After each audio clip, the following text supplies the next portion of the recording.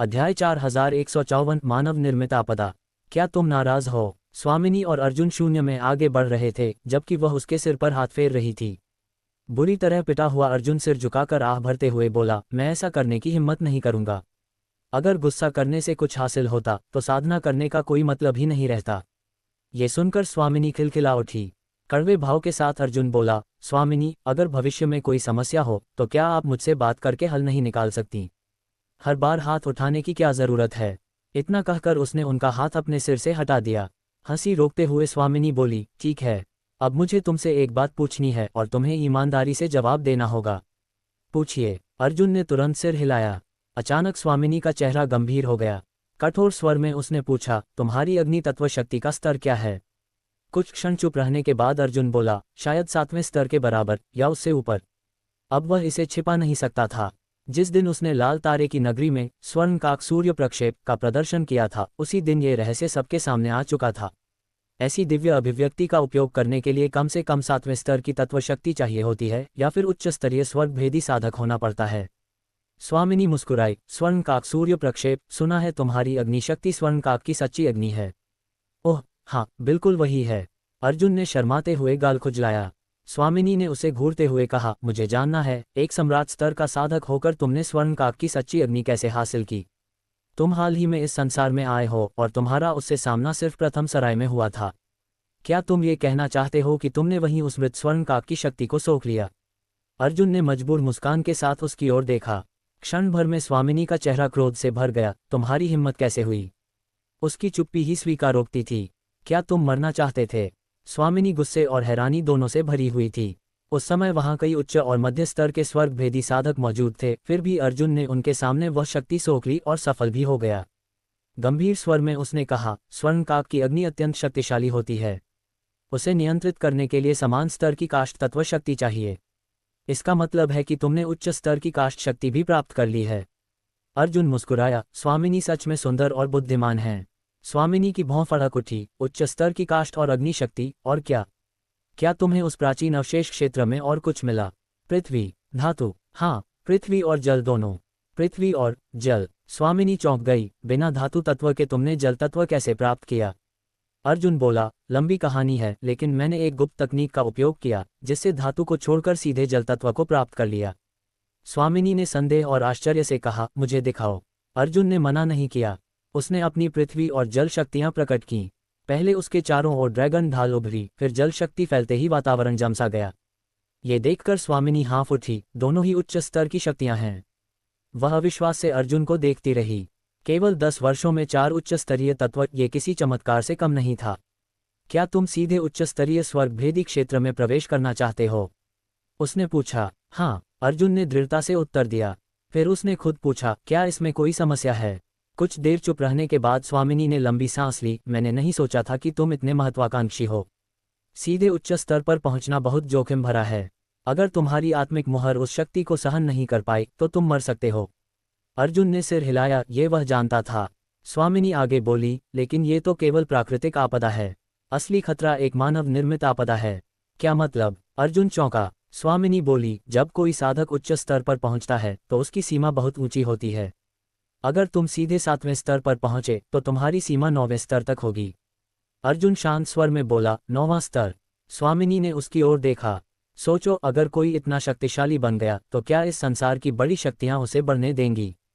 36 स्वर्ग और 72 पवित्र स्थान तुम्हें कभी नहीं छोड़ेंगे। अर्जुन का चेहरा फीका पड़ गया। तो यही है मानव निर्मित आपदा? स्वामिनी ने धीरे से सिर हिलाया। हाँ, वे सब तुम्हारे खिलाफ खड़े हो जाएंगे। अर्जुन के मन में हलचल मच गई। प्राचीन अवशेष क्षेत्र में उसने जिन लोगों से मित्रता की थी वे सभी उन्हीं महान शक्तियों के शिष्य थे।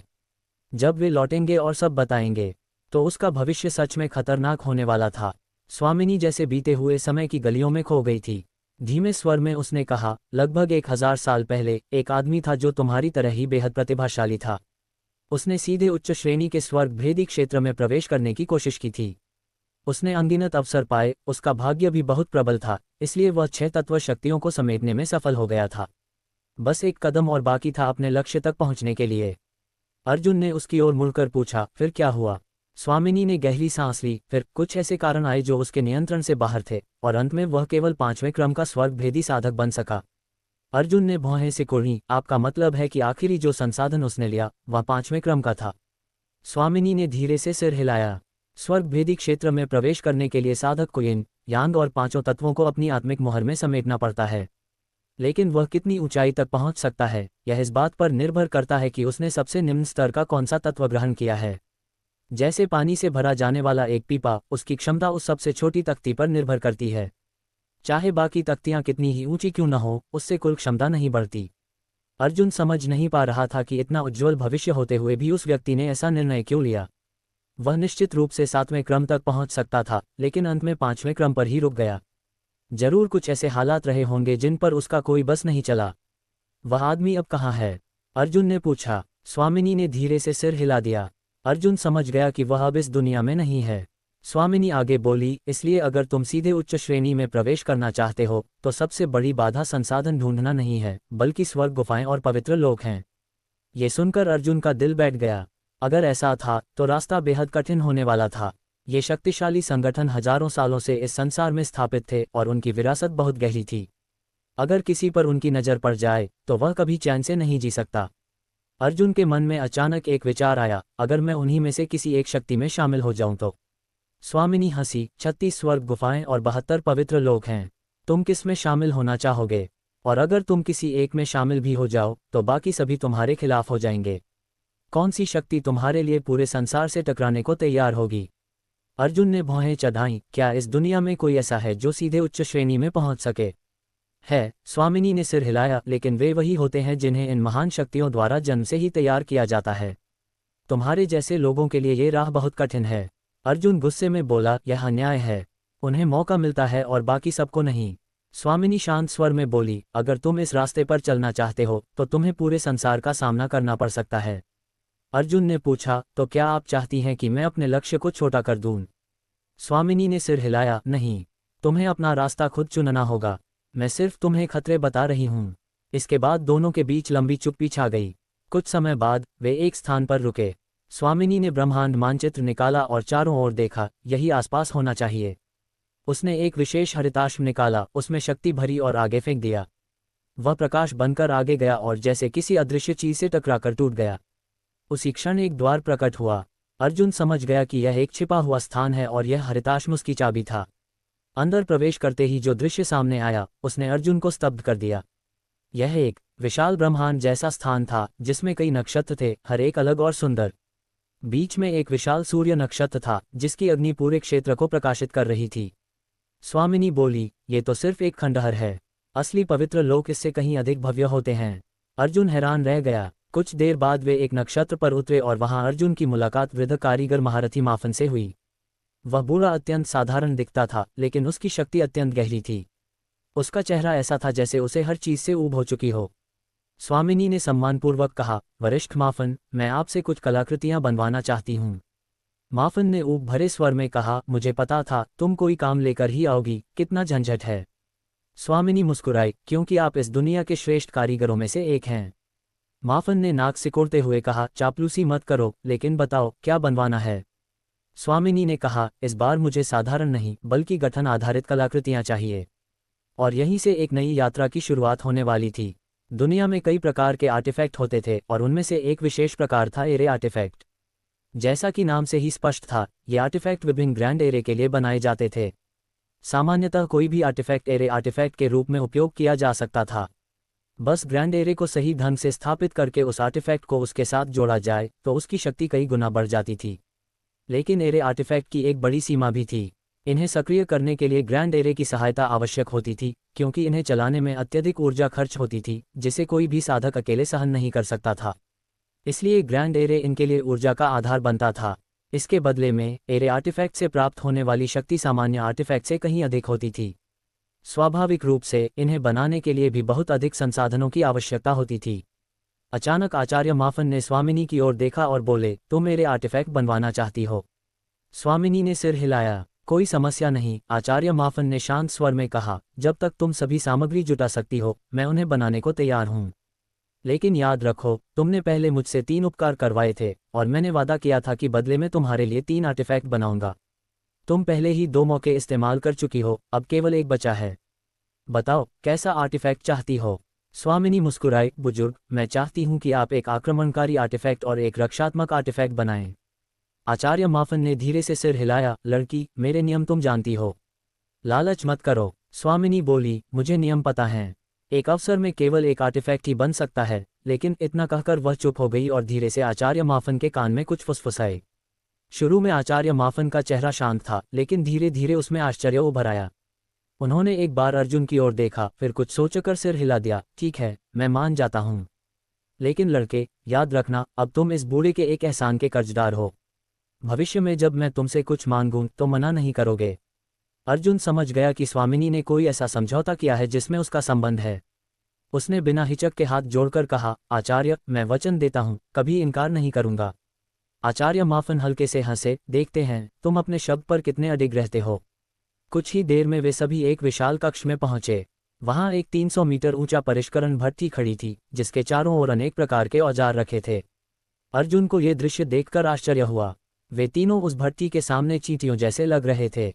भट्ठी की सतह पर जटिल आकृतियां उकेरी गई थीं, जो मानो स्वयं ब्रह्मांडीय नियमों के साथ तालमेल बिठा रही थीं।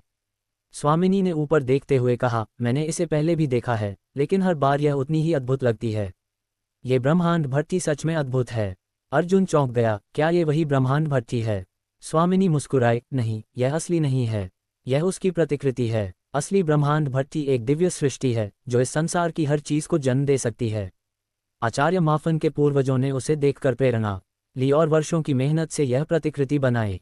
लेकिन फिर भी यह असली की तुलना में बहुत कम शक्तिशाली है। आचार्य माफन ने गर्व से कहा, इसमें असली की केवल 1% शक्ति है। फिर भी यही हमारी विरासत को बचाए रखने का कारण बनी। इसके बाद उन्होंने एक हरिताश्म पत्र अर्जुन की ओर फेंका, हमारे पास 1035 एरे आर्टिफैक्ट हैं। देखो, तुम्हें कौन से चाहिए? अर्जुन ने उसमें अपना आध्यात्मिक बोध डाला और दंग रह गया।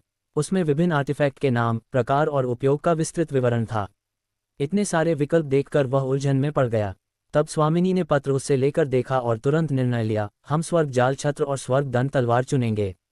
अर्जुन ने सहमति में सिर हिलाया। आचार्य माफन मुस्कुराए, इन दोनों को बनाने में बहुत सामग्री लगेगी। अर्जुन ने कहा, कृपया सूची दे दीजिए।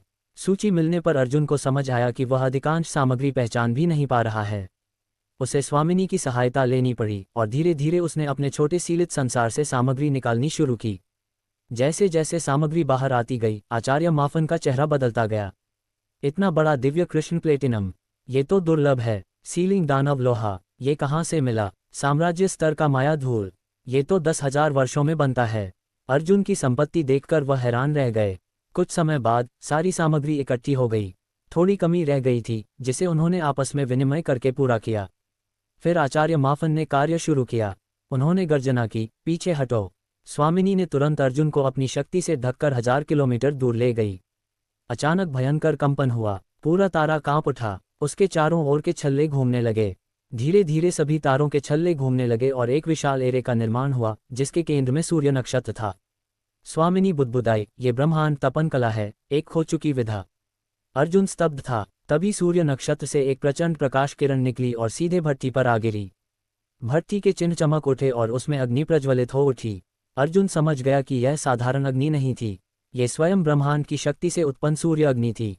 आचार्य माफन उसी अग्नि से आर्टिफैक्ट को तपाकर गढ़ रहे थे। ये दृश्य इतना अद्भुत था कि अर्जुन की आंखें श्रद्धा और आश्चर्य से भर गईं। दूर से देखते हुए अर्जुन ने पाया कि महंगे और दुर्लभ पदार्थों को आचार्य महाफन उस नकली ब्रह्मांड भट्टी के भीतर डाल रहे थे। उनके हाथ लगातार अलग अलग मुद्राएं बना रहे थे और भट्टी के नीचे बना हुआ चक्र बार बार चमक उठता था, जिसकी रोशनी आंखों को चकाचौंध कर देती थी। कलाकृति बनाना न केवल अत्यधिक ऊर्जा लेने वाला कार्य था, बल्कि इसमें बहुत समय भी लगता था। जरा सी चूक पूरी प्रक्रिया को असफल बना सकती थी। हालांकि अर्जुन को शिल्पकला का विशेष ज्ञान नहीं था, लेकिन वह रसायन विद्या में निपुण था। दोनों मार्ग अलग होने के बावजूद उनमें कई समानताएं थीं। आचार्य महाफन की ब्रह्मांड तापन विधि इतनी गूढ़ और अद्वितीय थी कि अर्जुन की नज़रें उस प्रक्रिया से हट ही नहीं पा रही थीं। जैसे जैसे और सामग्री भट्टी में डाली गई, वैसे वैसे भीतर एक लाल गर्म धातु का टुकड़ा आकार लेने लगा। आचार्य महाफन अपनी विशेष तकनीक से उसमें से अशुद्धियों को निकालते जा रहे थे। कुछ समय बाद भट्टी के नीचे का चक्र फिर बदल गया। आचार्य महाफन ने जोर से हुंकार भरी और उनके भीतर की विश्व शक्ति चारों ओर फैल गई। अचानक उनका शरीर फैलने लगा। देखते ही देखते वह 1000 मीटर ऊंचे विशालकाय रूप में बदल गए। उनके बाल हवा में लहरा रहे थे, चेहरा अग्नि की लपटों से लाल हो गया था और शरीर की मांसपेशियां फूली हुई थीं। वह अब किसी वृद्ध की बजाय एक युवा योद्धा जैसे प्रतीत हो रहे थे। उन्होंने अपना विशाल हाथ भट्टी में डालकर उस लाल गर्म धातु को निकाला और एक बड़े निहाई पर रख दिया। फिर उन्होंने एक विशाल हथौड़ा उठाया और उसे पीटना शुरू किया। गूंज गूंज गूंज, हर प्रहार के साथ पूरी धरती कांप उठती थी। वह आवाज़ पूरे ब्रह्मांड में गूंज रही थी। चिंगारियां ऐसी लग रही थीं मानो आकाश को फाड़ दे, लेकिन वह विशालकाय इन सबसे बेपरवाह था। 9 दिनों तक लगातार प्रहार करने के बाद उन्होंने उस अधमने हथियार को फिर भट्टी में डाल दिया और सूर्य की प्रचंड अग्नि से उसे तपाया। फिर और सामग्री डाली गई। 9 दिन बाद फिर वही प्रक्रिया दोहराई गई। इस प्रकार 9 दिनों के चक्र में ये प्रक्रिया चलती रही। धीरे धीरे एक विशाल तलवार का रूप बनने लगा। अभी वह पूरी नहीं बनी थी, फिर भी उससे निकलने वाली भयावह आभा ने अर्जुन को चौंका दिया। 81 दिन बाद आचार्य महाफन ने अचानक पुकारा, लड़के इधर आओ। स्वामिनी पहले से इस क्षण की प्रतीक्षा कर रही थीं। उन्होंने तुरंत अपनी शक्ति से अर्जुन को ढक लिया और उसे लेकर वहां पहुंची। उस विशालकाय के सामने वे दोनों चींटियों जैसे लग रहे थे। आचार्य महाफन ने तलवार अर्जुन के सामने लाकर गरजते हुए कहा, रख दो। अर्जुन समझ गया कि यह अंतिम चरण है। उसने तुरंत अपनी हथेली काटी और रक्त की धारा तलवार पर टपकने लगी। लेकिन जैसे ही रक्त गिरा, वह तलवार में समाने के बजाय छोटे छोटे स्वर्णिम नागों का रूप लेकर उस पर रेंगने लगा। आचार्य महाफन चौंक उठे, ड्रैगन रक्त, तुम नागवंश के हो। स्वामिनी भी स्तब्ध रह गईं। अर्जुन ने ये रहस्य हमेशा छिपा कर रखा था, क्योंकि यह वरदान भी था और संकट भी। लेकिन अब छिपाना संभव नहीं था। आचार्य महाफन हंस पड़े, अच्छा है, और रक्त दो। अर्जुन लगातार अपना घाव खोलता रहा ताकि अधिक रक्त बह सके। उसकी अद्भुत पुनर्जीवन शक्ति के कारण घाव तुरंत भर जाता था, इसलिए उसे बार बार उसे खोलना पड़ रहा था। धीरे धीरे पूरी तलवार स्वर्णिम नाग रक्त से ढक गई। बस, आचार्य महाफन ने कहा और तलवार को फिर भट्टी में डाल दिया। स्वामिनी ने अर्जुन की ओर देखा, तुमने मुझसे इतना बड़ा रहस्य छिपाया। अर्जुन ने असहाय मुस्कान दी, ये गर्व करने वाली बात नहीं है। बाद में हिसाब लूंगी, उन्होंने कहा। कुछ समय बाद तलवार तैयार हो गई। आचार्य महाफन बोले, ये तुम्हारी है, इसे पकड़ो, भागने मत देना। जैसे ही तलवार बाहर आए, अर्जुन ने उसे पकड़ लिया, लेकिन अगले ही पल वह तलवार उसे खींचकर अंतरिक्ष में ले गई। स्वामिनी, बचाए, वह चिल्लाया, लेकिन स्वामिनी वहीं खड़ी मुस्कुराती रहीं। कई दिनों बाद तलवार की शक्ति शांत हुई। अर्जुन ने उसे ध्यान से देखा। अब वह सामान्य आकार की हो चुकी थी, लेकिन उसकी धार इतनी तेज थी कि हल्के स्पर्श से भी उसकी त्वचा पर निशान पड़ गया। उसने उसकी शक्ति जगाने की कोशिश की, लेकिन असफल रहा। तभी उसे समझ आया, यह एक चक्र आधारित कलाकृति थी, जिसे चलाने के लिए विश्व शक्ति की आवश्यकता थी। वह भी उस स्तर पर नहीं था। अब वह उस दिन का इंतजार करने लगा जब वह 9 स्तरीय स्वर्गीय चक्र को पूर्ण करेगा और इस तलवार की असली शक्ति देख पाएगा। ये तलवार मात्र 3 महीनों में बनी थी, जो अपने आप में चमत्कार था। अर्जुन के मन में अब एक नई योजना जन्म ले रही थी, और जब वह पूरी होगी, उसकी शक्ति एक नई ऊंचाई पर पहुंच जाएगी। स्वर्गदंड तलवार के निर्माण में अर्जुन ने असंख्य दुर्लभ सामग्रियां खर्च की थीं, जिनमें कुछ छठे क्रम की सामग्री भी शामिल थीं। इसलिए ये तलवार कम से कम 5वें क्रम की तो थी ही, बल्कि उसके छठे क्रम में होने की पूरी संभावना थी। परिणाम से अर्जुन संतुष्ट था। भले ही उसने बहुत बड़ी कीमत चुकाई थी, लेकिन बदले में उसे अपार शक्ति प्राप्त हुई थी। तलवार को सुरक्षित रखने के बाद वह नक्षत्र पर लौटा और देखा कि आचार्य पवन पहले ही दिव्य जाल छत्र के निर्माण में लग चुके थे। स्वर्गदंड तलवार एक आक्रमणकारी कलाकृति थी, जबकि दिव्य जाल छत्र एक रक्षात्मक कलाकृति था। ये दोनों मिलकर नव आकाशीय परतों में अद्भुत सामंजस्य स्थापित करने वाले थे। इन दोनों के जुड़ने से शून्य भूमि के चारों ओर बना महान चक्रव्यूह जैसे एक आत्मा प्राप्त करने वाला था। न्यूनतम आवश्यकताएं पूरी हो चुकी थीं। पहले अर्जुन ने सोचा था कि वह आचार्य पवन से अपने अदृश्य आवरण को भी सुधारने के लिए कहे, लेकिन उसने विचार बदल दिया। तलवार और छत्र के निर्माण के लिए पहले ही स्वामिनी की अंतिम कृपा और अपने वचन का उपयोग हो चुका था। अब यदि वह और मांग करता, तो यह मर्यादा का उल्लंघन होता और वह इस महान आचार्य के साथ अपने संबंध खराब नहीं करना चाहता था। दिव्य जाल छत्र का निर्माण तलवार से अधिक समय लेने वाला था। रक्षात्मक कलाकृतियां सदैव अधिक मूल्यवान होती हैं क्योंकि उनका निर्माण कठिन और महंगा होता है। आचार्य पवन को अपनी विरासत के बावजूद इसे पूर्ण करने में आधा वर्ष लग गया। अंतिम चरण में अर्जुन को फिर से अपना बहुत सारा रक्त अर्पित करना पड़ा। अंततः छत्र भी छठे क्रम का बना और उसकी रक्षा शक्ति अद्भुत थी। दोनों कलाकृतियों के पूर्ण होते ही आचार्य पवन ने उन्हें तुरंत विदा कर दिया। लगातार 2 छठे क्रम की कलाकृतियां बनाना उनके लिए अत्यंत थकाऊ था। स्वभाव से वे शांत और एकांतप्रिय थे, इसलिए अब वे केवल विश्राम करना चाहते थे। स्वामिनी और अर्जुन ने उन्हें प्रणाम किया और वहां से प्रस्थान किया। आने में उन्हें लंबा समय लगा था, लेकिन लौटते समय वे कई ब्रह्मांडीय मंदिरों से होकर मात्र 1 महीने में शून्य भूमि पहुंच गए। 1 वर्ष बीत चुका था, लेकिन वहां कोई विशेष परिवर्तन नहीं दिखा। महान चक्रव्यूह अभी आधा भी पूर्ण नहीं हुआ था। जब वे फिर से आचार्य वरद से मिले तो उनका शरीर कमजोर और दुबला लग रहा था, लेकिन आंखों में तेज और उत्साह था। जैसे ही उन्हें पता चला कि अर्जुन 2 छठे क्रम की चक्रव्यूह कलाकृतियां लेकर आया है, वे हंसते हुए बोले कि चाहे प्राण क्यों न चले जाएं, वे नव आकाशीय परतों का निर्माण अवश्य पूर्ण करेंगे। अर्जुन को चिंता हुई कि कहीं वे अत्यधिक परिश्रम से बीच में ही न गिर पड़ें, क्योंकि इस चक्रव्यूह की गहराई को समझना केवल उन्हीं के लिए संभव था। अब शून्य भूमि में कई हजार लोग आ चुके थे। यशिका उन्हें पुष्प संघ से लेकर आई थी। यद्यपि अधिकांश लोग सम्राट क्षेत्र से नीचे के थे, फिर भी वे चक्रव्यूह के निर्माण में सहायता कर रहे थे। पूरा स्थान फिर से जीवंत हो उठा था। पृथ्वी आत्मा क्षेत्र के मुख्य भवन में यशिका अर्जुन को प्रगति की जानकारी दे रही थी। चिंतित होकर उसने कहा कि इस चक्रव्यूह में बहुत अधिक संसाधन खर्च हो रहे हैं और क्या इसमें कुछ बदलाव किया जा सकता है। अर्जुन ने सिर हिलाकर मना कर दिया। उसने पहले ही इसके लिए मानसिक रूप से तैयारी कर ली थी। उसके लिए शून्य भूमि ही भविष्य का आधार थी, इसलिए वह इसमें कोई कमी नहीं रखना चाहता था। उसने कहा कि यदि अभी संसाधन खर्च होंगे तो भविष्य में वे फिर से अर्जित किए जा सकते हैं, लेकिन यदि शत्रु आक्रमण कर दे और रक्षा कमजोर हो तो वह नुकसान कभी पूरा नहीं हो सकेगा। उसने ये भी बताया कि उनके पास अभी भी 3 अरब स्वर्ग भेदी अमृत हैं। यशिका ने बताया कि उनमें से 1 अरब पहले ही खर्च हो चुके हैं। अर्जुन ने शांत स्वर में कहा कि धन की चिंता न करें और जो भी आवश्यक हो आचार्य वरद को उपलब्ध कराया जाए। तभी स्वामिनी और भैरव भीतर आए। अर्जुन ने तुरंत पूछा कि क्या हुआ। स्वामिनी मुस्कुराते हुए बोली कि वह अब जा रही है और विदा लेने आई है। अर्जुन चौंक गया और उसे रोकने का प्रयास किया, लेकिन स्वामिनी ने स्पष्ट कर दिया कि उसे प्रथम सराय लौटना ही होगा। अर्जुन ने उसे यहीं रहने का आग्रह किया, लेकिन उसने हंसकर उसके माथे पर उंगली से हल्की चोट की और कहा कि प्रथम सराय कोई ऐसी जगह नहीं है जहां से मनचाहे समय पर आया जाया जा सके। फिर उसने अर्जुन को समझाया कि अब उसका प्रथम सराय से कोई संबंध नहीं है और उसे अपने मार्ग पर स्वतंत्र रूप से आगे बढ़ना चाहिए। अर्जुन उसकी भावना समझ गया और उसके प्रति कृतज्ञता से भर उठा।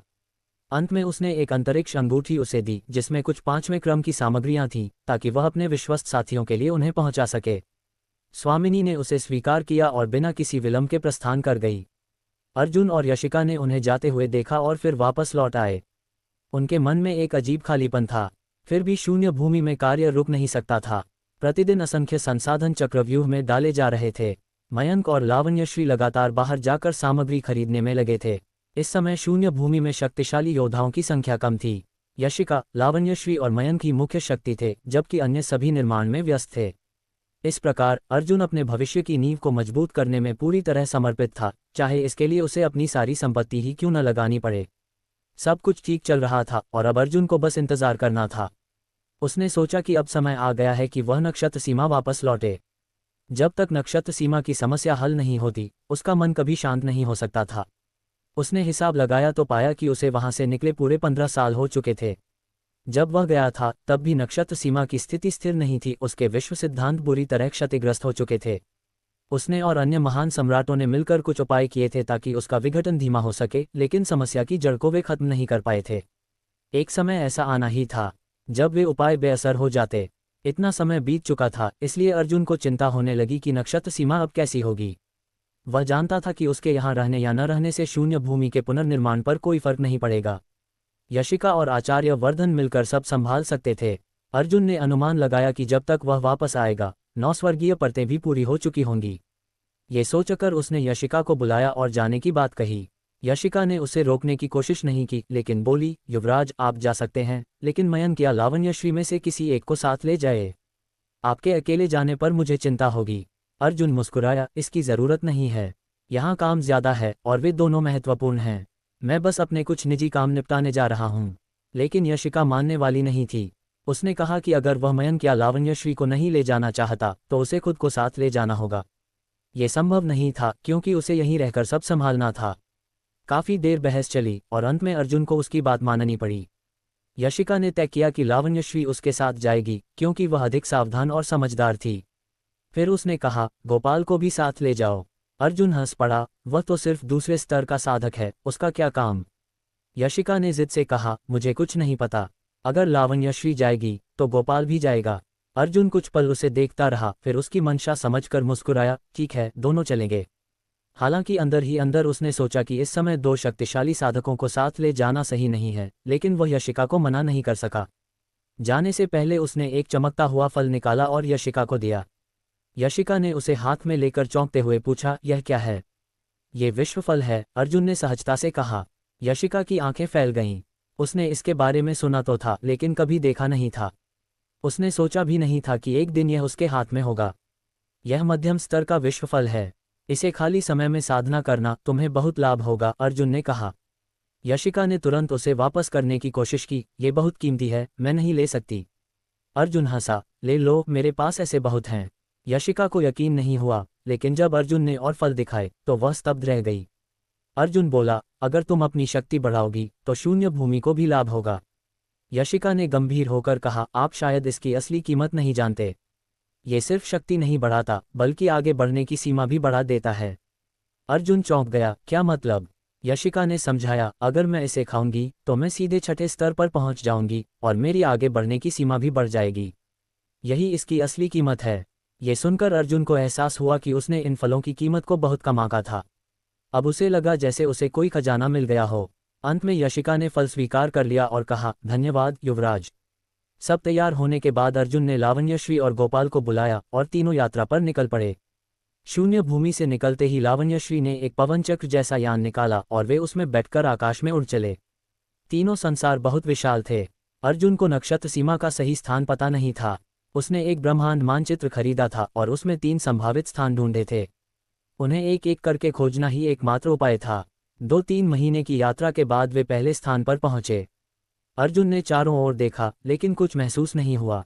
उसने 1 महीने तक खोज की, लेकिन नक्षत्र सीमा का कोई संकेत नहीं मिला। आखिरकार उसने कहा, चलो अगली जगह चलते हैं। कुछ दिनों बाद यात्रा के दौरान उन पर अचानक आक्रमण हुआ।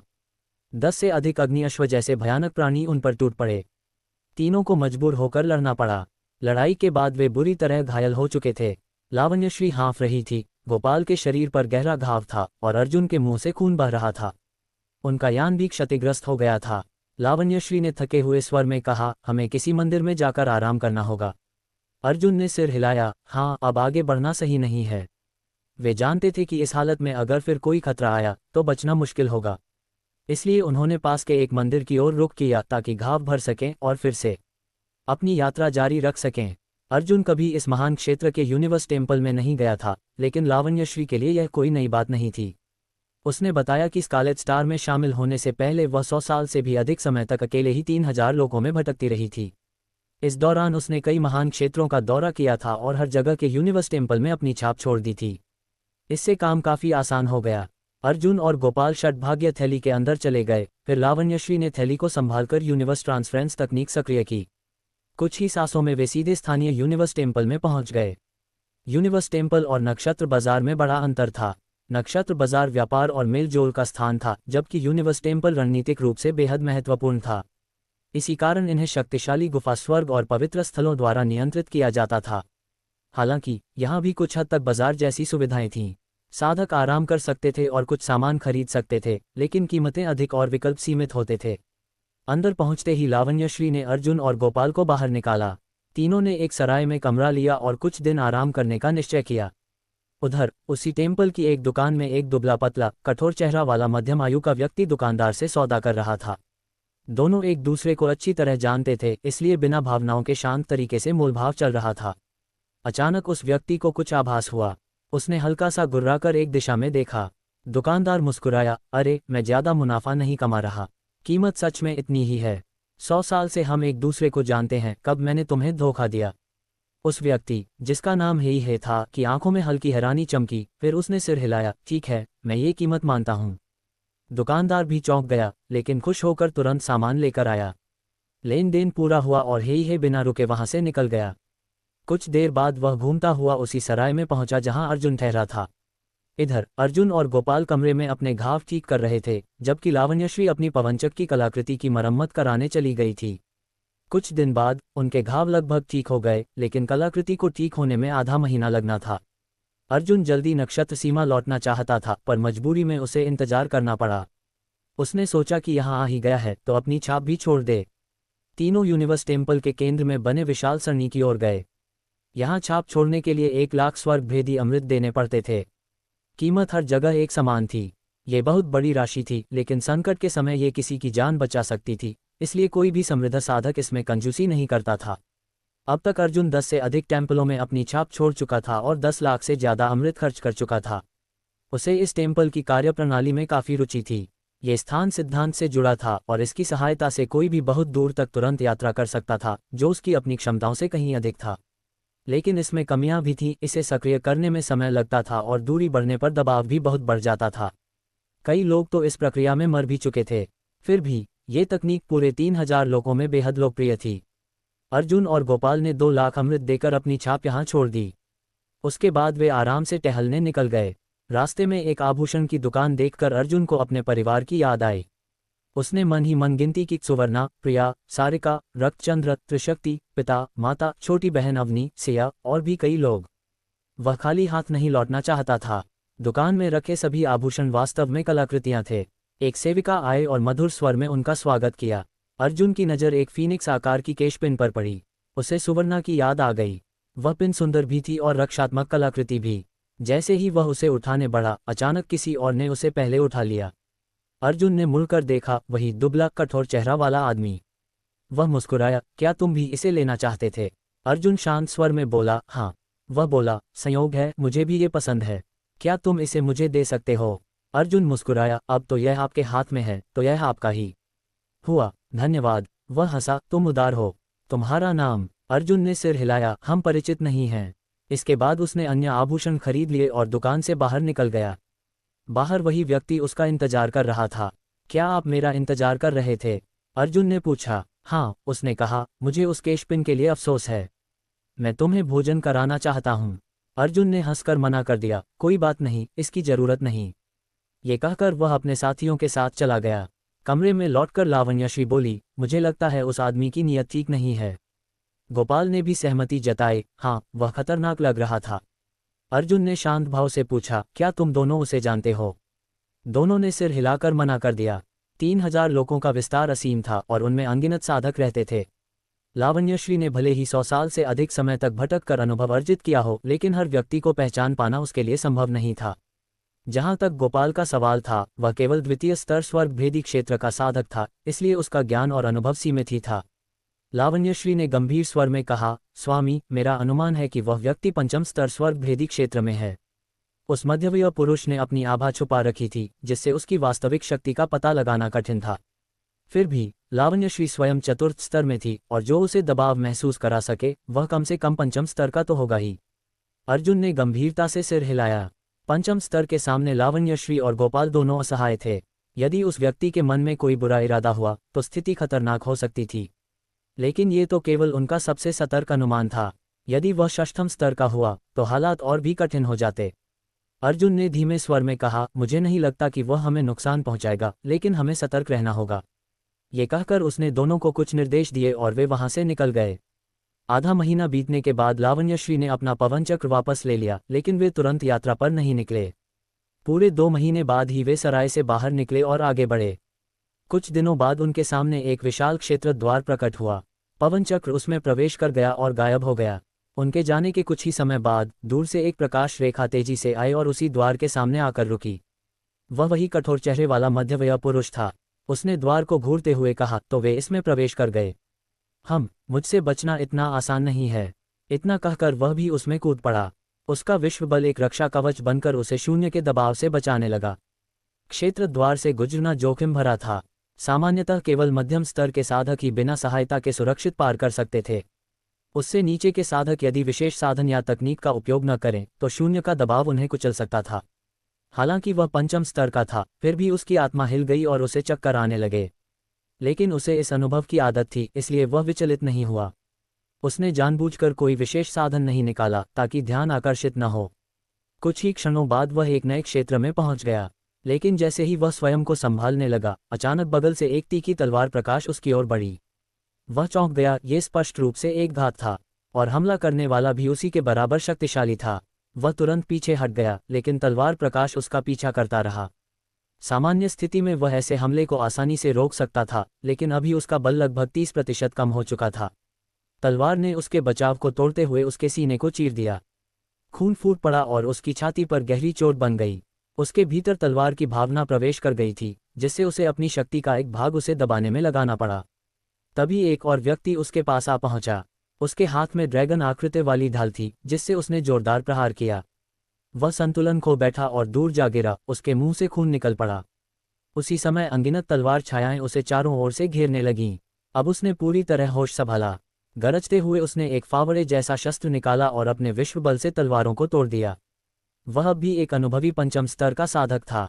घात से घायल होने के बावजूद उसने अपनी शक्ति दिखानी शुरू कर दी। ढालधारी फिर उसकी ओर बढ़ा, लेकिन उसने क्रोध में गरज कर कहा, एक तृतीय स्तर का कीड़ा मुझ पर हमला करने की हिम्मत करता है। उसने एक कोड़ा निकाला जिसमें जल तत्व की प्रचंड शक्ति प्रवाहित हो रही थी। कोड़े के प्रहार से ढाल में दरारें पड़ गईं और उसका धारक दूर जा गिरा।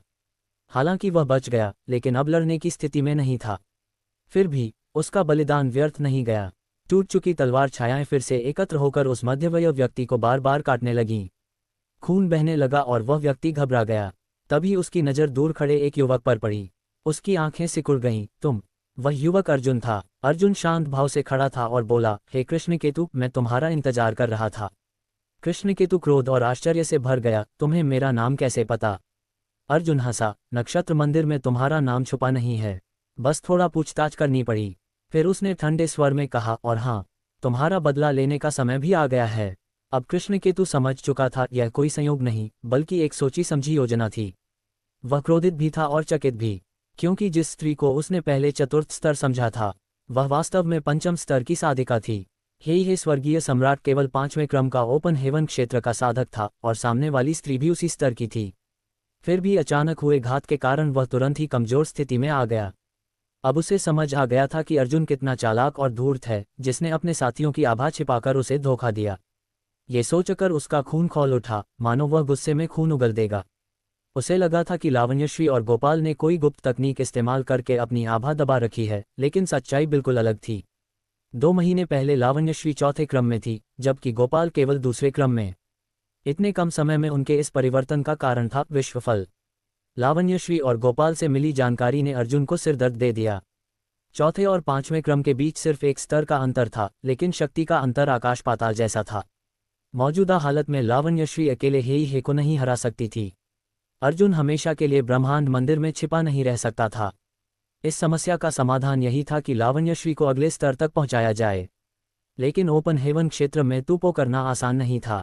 एक स्तर बढ़ाने में सदियां लग जाती थीं। अर्जुन इतना इंतजार नहीं कर सकता था। सौभाग्य से उसके पास विश्वफल थे। उसके पास 3 मध्यम श्रेणी के विश्वफल थे। एक वह पहले ही यशिका को दे चुका था, इसलिए अब उसके पास 2 बचे थे। जान का सवाल था, इसलिए उसने लावण्यश्री को एक फल दे दिया। गोपाल को निम्न श्रेणी का विश्वफल मिला। 2 महीने तक वे ब्रह्मांड मंदिर में ही रुके रहे, क्योंकि दोनों को इन फलों को साधना था। विश्वफलों ने अपनी ख्याति के अनुसार अद्भुत प्रभाव दिखाया। दोनों ही एक स्तर ऊपर पहुंच गए और अब इस युद्ध में उनका पलड़ा भारी हो गया। फिर भी भले ही लावण्यश्री 5वें क्रम में पहुंच गई थी, वह अभी भी हे की बराबरी नहीं कर सकती थी। उसकी नींव कमजोर थी, जबकि हे एक अनुभवी योद्धा था। उसके छोटे ब्रह्मांड की स्थिरता और विश्वशक्ति पर नियंत्रण कहीं अधिक मजबूत था। युद्ध शून्य में जारी रहा। लावण्यश्री की तलवार से प्रकाश की धाराएं निकल रही थीं, जो हे को चारों ओर से घेर रही थीं। वह अपने बनाए हुए लाभ को बनाए रखने की पूरी कोशिश कर रही थी। उधर गोपाल भी वापस आ गया। भले ही वह तीसरे क्रम में नया पहुंचा था और सीधी लड़ाई में ज्यादा मदद नहीं कर सकता था, लेकिन वह बीच बीच में हे का ध्यान भटकाता रहा, जिसकी कीमत उसे हर बार भारी चोट खाकर चुकानी पड़ती थी। समय बीतने के साथ हे ने खुद को संभाल लिया। उसने समझ लिया कि लावण्यश्री उतनी शक्तिशाली नहीं है जितनी दिख रही है। अगर वह पूरी ताकत लगाए तो उसे हरा सकता है। लेकिन उसने चाल चली। वह कमजोर होने का नाटक करता रहा और पीछे हटता रहा। लावण्यश्री पूरी ताकत से उस पर टूट पड़ी। 5वें क्रम की शक्ति उसे रोमांचित कर रही थी। उसे महसूस हो रहा था कि उसने सही निर्णय लिया था अर्जुन के साथ रहना। पहले उसकी सीमा 6ठे क्रम तक थी, लेकिन अब विश्वफल के कारण उसकी सीमा 7वें क्रम तक पहुंच गई थी। उसकी विश्वशक्ति तलवार में समाहित होकर चमकने लगी। तलवार की किरणें चारों ओर फैल गईं और हे के लिए उन्हें रोकना कठिन हो गया। अचानक उसे मौका मिला और उसने पूरी शक्ति से वार किया। जैसे ही तलवार हे को भेदने वाली थी, वह अचानक मुस्कुराया और उसका कोड़ा बिजली की तरह चला। उसी क्षण उसकी असली शक्ति प्रकट हुई। लावण्यश्री दंग रह गई। उसका वार टूट गया और वह कोड़े की मार से दूर जा गिरी। उसका छोटा ब्रह्मांड कांप उठा और उसकी शक्ति अस्त व्यस्त हो गई। तभी उसने देखा हे सीधे अर्जुन की ओर बढ़ रहा था। उसे समझ आ गया कि वह धोखा खा गई है। गुस्से और अपराध बोध से भरी लावण्यश्री ने अपने माथे पर तीसरी आंख खोली। उसका अंतिम अस्त्र तीसरी आंख तलवार। एक हल्की सी तलवार की किरण उसके माथे से निकली और चुपचाप हे की ओर बढ़ी, लेकिन उसमें घातक शक्ति भरी हुई थी। उधर अर्जुन डरने का नाटक कर रहा था, पास मत आना वरना अच्छा नहीं होगा। हे हंसा और बोला, आज तुझे नरक दिखाऊंगा। उसने आसपास की जगह को सील कर दिया। जैसे ही वह अर्जुन को पकड़ने ही वाला था, अर्जुन के चेहरे पर चालाक मुस्कान आई। उसने तुरंत अपनी लता निकाली। क्षण भर में यिन यांग और 5 तत्वों की शक्ति एक साथ मिल गई और भयानक ऊर्जा फैल गई। अर्जुन ने पूरी ताकत से वार किया। हे स्तब्ध रह गया। 5वां क्रम। उसकी एक पल की झिझक ही उसकी हार का कारण बनी। लता का प्रहार उसकी रक्षा तोड़ गया और उसी समय पीछे से तीसरी आंख तलवार ने उसे चीर दिया। उसके शरीर पर कंधे से कमर तक गहरा घाव बन गया। खून फूट पड़ा। वह बुरी तरह घायल हो गया। धूर्त लड़के, मैं तुझे छोड़ूंगा नहीं, चिल्लाते हुए वह भाग निकला। अर्जुन ने तुरंत आदेश दिया, पीछा करो। लावण्यश्री ने अपना पवन चक्र निकाला और तीनों उसका पीछा करने लगे।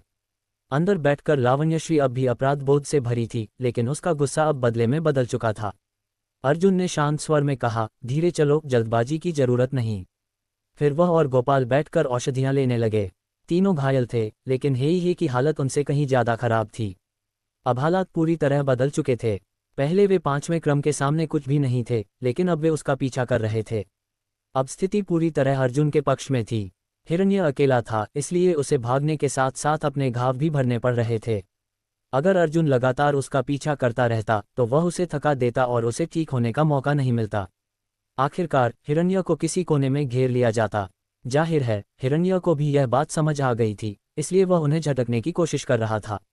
लेकिन वह बुरी तरह घायल था, ऐसे में वह ऐसा कैसे कर सकता था। दोनों पक्ष आधे विशाल क्षेत्र को पार करते हुए आगे बढ़ते रहे। पीछा करते समय लावण्यश्री लगातार उस पर भयानक तलवार तरंगे छोड़ती रही। दूरी ज्यादा होने के कारण वे उसे सीधे नुकसान नहीं पहुंचा पा रही थीं, लेकिन हिरण्य को हर पल बचाव और बचने में ही ध्यान लगाना पड़ रहा था, जिससे उसे आराम करने का कोई मौका नहीं मिल रहा था। गुस्से में हिरण्य चिल्लाया, हद मत पार करो। क्या तुम्हें लगता है कि मैं पलटकर वार नहीं कर सकता? ज्यादा से ज्यादा हम सब साथ मरेंगे। वायुर्त के भीतर खड़े अर्जुन ने तिरस्कार से हंसते हुए कोई प्रतिक्रिया नहीं दी। हिरण्य के शब्दों से साफ था कि उसके पास कोई रास्ता नहीं बचा था, नहीं तो 5वें स्तर का स्वर्गभेदी योद्धा इस तरह की खोखली धमकी नहीं देता। कुछ दिनों बाद जब वायुर्त एक ब्रह्मांडीय लोक के पास पहुंचा तो उन्हें हिरण्य कहीं दिखाई नहीं दिया। तीनों ने नीचे देखा। ये स्थान नक्षत्र सीमा जैसा ही था। 3000 लोकों में ऐसे अनगिनत संसार थे और हिरण्य के गायब होने का मतलब साफ था, वह इसी दुनिया में छिप गया था। ये वास्तव में एक समझदारी भरा कदम था। इस लोक में प्रवेश करके अगर वह अपनी आभा छिपा लेता तो वह समुद्र में गिरती एक बूंद जैसा हो जाता। बिना किसी विशेष खोज तकनीक के उसे ढूंढ पाना असंभव था। अर्जुन और उसके साथियों के पास ऐसी कोई विधि नहीं थी। थोड़ी देर सोचने के बाद अर्जुन ने फैसला लिया, नीचे चलते हैं। अगर इस बार हिरण्य को नहीं मारा गया तो भविष्य में वह बड़ी परेशानी बन सकता था। अगर वह छिपकर अर्जुन का पीछा करता और नक्षत्र सीमा का पता लगा लेता तो हालात बहुत गंभीर हो जाते। लावण्यश्री ने आदेश मिलते ही वायुर्त को उस लोक की ओर बढ़ाया। हर ब्रह्मांडीय लोक के चारों ओर एक अदृश्य पर्दा होता है, जिसे लोक आवरण कहा जाता है। यह न केवल अंदर के साधकों की रक्षा करता है, बल्कि उन्हें सीमित भी रखता है। जब तक उनकी शक्ति एक स्तर तक नहीं पहुंचती, वे इस सीमा को पार नहीं कर सकते। इसी तरह बाहर से आने वाले को भी इस आवरण को तोड़ना पड़ता है। लावण्यश्री के लिए यह कोई बड़ी बात नहीं थी। वायुर्त को समेटकर तीनों नीचे उतरे, लेकिन हिरण्य कहीं नजर नहीं आया। वह जरूर कहीं छिप गया था। अर्जुन ने पहले से ही यह अनुमान लगाया हुआ था। अगर वह खुद हिरण्य की जगह होता तो यही करता। उसने ठंडी आवाज में आकाश की ओर पुकारा, इस लोक के सम्राट कहाँ हैं? तुरंत मेरे सामने आओ। ये लोक नक्षत्र सीमा जैसा ही था, इसलिए यहाँ भी सम्राट अवश्य थे। संख्या इस बात पर निर्भर करती थी कि इस संसार की क्षमता कितनी है। अर्जुन को यहाँ प्रवेश करते समय ही कुछ दिव्य चेतनाओं का आभास हुआ था। ये निश्चित रूप से इसी लोक के सम्राटों की थीं। सम्राटों को लोक की इच्छा प्राप्त होती है, जिससे वे उसकी शक्ति का उपयोग कर सकते हैं। भले ही उनकी व्यक्तिगत शक्ति सम्राट स्तर तक सीमित हो, लेकिन अपने लोक में वे स्वर्गभेदी स्तर की शक्ति दिखा सकते हैं। अर्जुन ने पुकारा, लेकिन कोई जवाब नहीं आया। सभी सम्राट अनजान बनने का नाटक कर रहे थे। वे इस लड़ाई में पड़ना नहीं चाहते थे। अर्जुन ने नीचे देखा और हल्की मुस्कान के साथ बोला, कितना शांत और सुंदर स्थान है ये। यहाँ के लोग शांति से जीवन जी रहे हैं। सम्राटों ने इसे अच्छी तरह संभाला है। फिर अचानक उसका चेहरा कठोर हो गया। उसने नीचे शहर की ओर इशारा किया और कहा, इस शहर को नष्ट कर दो, एक भी जीवित न बचे। गोपाल और लावण्यश्री दोनों चौंक गए। वे जानते थे कि अर्जुन निर्दोषों की हत्या करने वाला व्यक्ति नहीं है, लेकिन आज उसका रूप किसी दानव जैसा लग रहा था। लाखों लोग उस शहर में रहते थे। लावण्यश्री हिचकिचाई, लेकिन गोपाल ने झुककर कहा, जैसा आदेश। वह ऊपर उठा और अपनी शक्ति एकत्रित की। आसमान काला पड़ गया और एक विशाल हथेली आकार लेने लगी। धीरे धीरे वह शहर की ओर बढ़ी। शहर में अफरा तफरी मच गई। लोग डर से चिल्लाने लगे। जैसे ही हथेली गिरने वाली थी, अचानक एक आवाज गूंजी, रुको।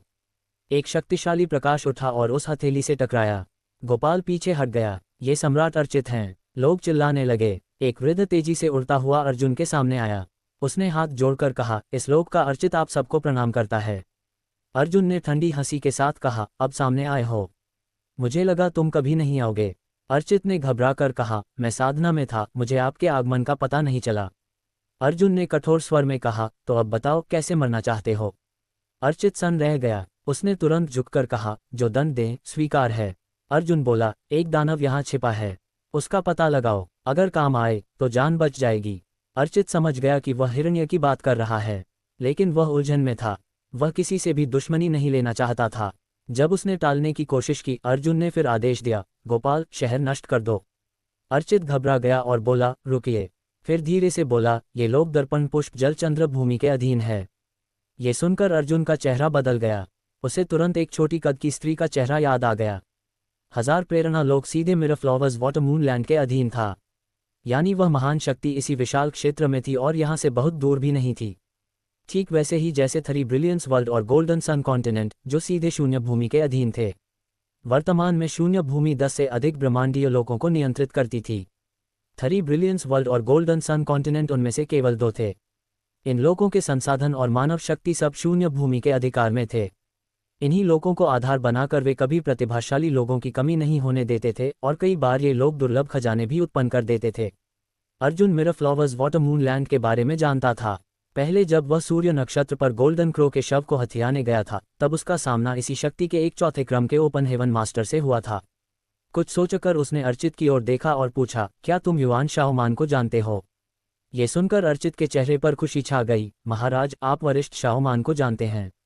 अर्जुन मुस्कुराया, जानता हूं, लेकिन अगर वह यहाँ भी होती तो भी मेरी आज्ञा का उल्लंघन करने की हिम्मत नहीं करती। तुम कौन होते हो मेरे सामने खड़े होने वाले। गोपाल, शहर को नष्ट कर दो।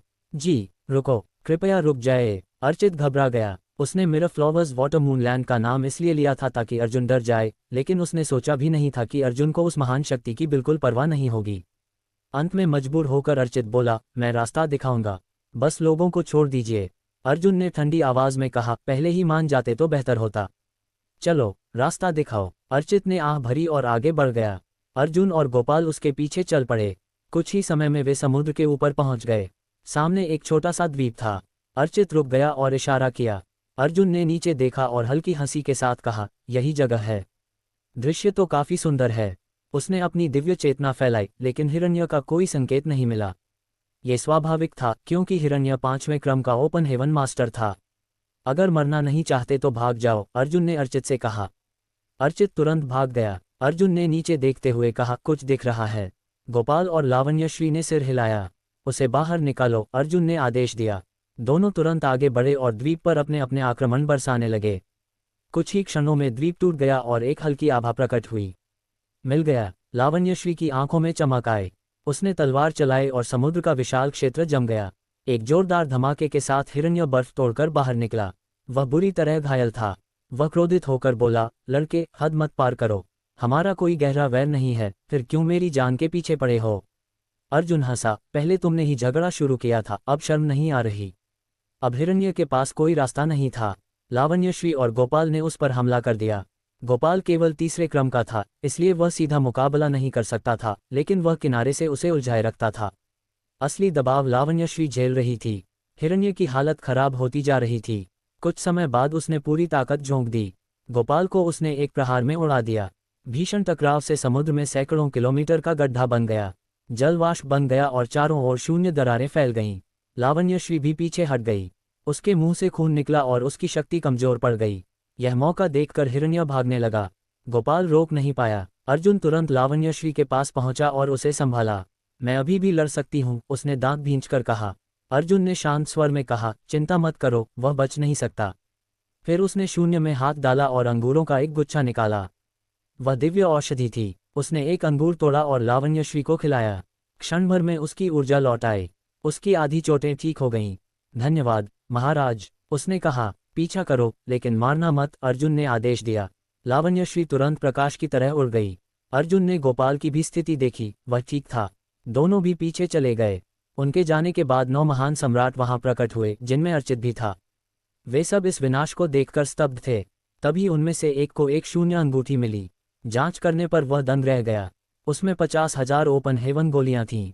ये किसी भी सम्राट स्तर के साधक के लिए अपार संपत्ति थी। सभी के चेहरों पर अचानक प्रसन्नता छा गई। यह अंगूठी यहाँ यूं ही नहीं आ सकती थी। किसी ने इसे जानबूझकर छोड़ा था। कुछ देर सोचने के बाद अर्चित अचानक हंस पड़ा। वह लड़का कोई दानव सम्राट नहीं था, वह तो पूरे समय सिर्फ छल कर रहा था। असल में यह अंगूठी अर्जुन ने इस दुनिया के लिए एक प्रकार के मुआवजे के रूप में छोड़ी थी। अगर वह सच में कोई क्रूर दानव होता तो वह यहाँ के लोगों की बद्दुआओं की परवाह किए बिना चला जाता। इस दुनिया के एक महान सम्राट होने के नाते अर्चित मूर्ख नहीं था। थोड़ा विचार करते ही उसने पूरी सच्चाई समझ ली। फिर भी यह एक गंभीर मामला था जिसे उनके पीछे की महान शक्ति को बताना आवश्यक था। इसलिए 9 महान सम्राटों ने पहले स्वर्गभेदी अमृत आपस में बांट लिए, फिर चर्चा की। उसके बाद अर्चित और एक महिला सम्राट सहस्र प्रेरणा लोक में घटी घटना की सूचना देने के लिए दर्पण पुष्प जलचंद्र भूमि की ओर निकल पड़े। उधर जब वे रवाना हुए, शून्य में कहीं हिरण्य प्रकट हुआ। उसका चेहरा मुरझाया हुआ था, आभा कमजोर हो चुकी थी, शरीर घावों से भरा था और कपड़े खून से लथपथ थे। वह वहीं जड़ होकर खड़ा रह गया। उसके सामने कुछ दूरी पर लावण्यश्री खड़ी थी। उसकी निगाहें उस पर जमी हुई थीं, पर उसने हमला नहीं किया। हिरण्य जानता था कि अपनी हालत में वह बुझते हुए दीपक जैसा है। अगर सामने खड़ी स्त्री उसे मारना चाहे तो वह कुछ नहीं कर सकता। फिर भी वह नहीं हिली, लेकिन उसकी आभा पूरी तरह उस पर केंद्रित थी। हिरण्य समझ गया कि जैसे ही वह कोई हरकत करेगा उस पर हमला हो जाएगा। इसलिए वह बिल्कुल स्थिर खड़ा रहा। उसके मन में उलझन थी। सहस्र प्रेरणा लोक में उसने पूरी ताकत लगाकर इस स्त्री को गंभीर रूप से घायल किया था, इसलिए उसे लगा था कि वह भी कमजोर होगी। लेकिन वास्तविकता इसके विपरीत थी। वह तेजी से स्वस्थ हो रही थी। हिरण्य नहीं समझ पा रहा था कि उसने कौन सी दिव्य औषधि या निषिद्ध तकनीक का उपयोग किया, बस इतना जानता था कि पूरी शक्ति लगाने के बावजूद वह हार गया। इसी बीच अर्जुन और गोपाल भी वहां पहुंच गए। ये दृश्य देखकर अर्जुन को कोई आश्चर्य नहीं हुआ। हिरण्य लगभग समाप्त हो चुका था और लावण्यश्री दिव्य औषधि के फल का सेवन करके उसका पीछा कर रही थी। अगर अर्जुन ने उसे रोकने को न कहा होता तो हिरण्य अब तक मर चुका होता। अर्जुन को देखते ही हिरण्य के चेहरे पर जटिल भाव आए। वह पहले अपने शिष्य की मौत का बदला लेने आया था, लेकिन अब स्थिति उलझ चुकी थी। वह जबरन मुस्कुराया और बोला, छोटे भाई, दुश्मनी खत्म करनी चाहिए, बढ़ानी नहीं। मैं कीमत चुकाने को तैयार हूं और कसम खाता हूं कि आगे कभी तुम्हें परेशान नहीं करूंगा। अर्जुन ने शांत भाव से पूछा, क्या कीमत दोगे? हिरण्य ने तुरंत एक वस्तु निकाली। वह सुनहरी चमक रही थी और पंचम स्तर की धातु शक्ति से भरी थी। अर्जुन ने एक नज़र डाली और उपहास किया, कूड़ा। हिरण्य स्तब्ध रह गया। ये वस्तु बेहद कीमती थी, फिर भी उसे कूड़ा कहा गया। उसने और खजाने निकाले, लगभग सब कुछ, लेकिन अर्जुन प्रभावित नहीं हुआ। अंत में हिरण्य ने पूछा, तुम क्या चाहते हो? अर्जुन मुस्कुराया, बस एक शर्त है। मान ली तो जिंदा रहोगे, नहीं तो आज मरोगे। फिर उसने एक प्राचीन पुस्तक निकाली और कहा, अपना नाम और आभा इसमें दर्ज करो। हिरण्य चौंक गया, ये निष्ठा सूची है। तुम्हारे पास ये कैसे है? अर्जुन मुस्कुराया, अच्छा है, तुम इसे जानते हो। हिरण्य क्रोधित हुआ, तुम मुझे गुलाम बनाना चाहते हो? अर्जुन का चेहरा ठंडा हो गया, मना करोगे तो मर जाओगे। लावण्यश्री ने तलवार उठा ली। 10 सांसों का समय दिया गया। अंततः जीवन के डर से हिरण्य झुक गया, मैं तैयार हूं। अर्जुन ने उसे निष्ठा सूची में नाम दर्ज करने को कहा। जैसे ही उसने ऐसा किया, एक अदृश्य संबंध स्थापित हो गया। अब वह पूरी तरह अर्जुन के नियंत्रण में था। अर्जुन संतुष्ट था। उसने एक पृष्ठ के बदले एक पंचम स्तर के शक्तिशाली अधिपति को अधीन कर लिया था। इसके बाद हिरण्य ने अपने सभी खजाने भेंट कर दिए। अर्जुन ने उन्हें स्वीकार कर लिया। फिर वे सब पवन चक्र पर सवार होकर आगे बढ़े। हिरण्य गंभीर रूप से घायल था और उसे ठीक होने में 1 वर्ष लगने वाला था। इसलिए अर्जुन ने एक दिव्य औषधि को बाहर निकाला और उसे उसके पास रहने दिया ताकि वह उसकी चिकित्सा कर सके। जब हिरण्य ने इस मानव रूपी दिव्य औषधि को देखा तो वह पूरी तरह स्तब्ध रह गया। तब उसे समझ आया कि उसके खजाने सच में कूड़े के समान क्यों थे।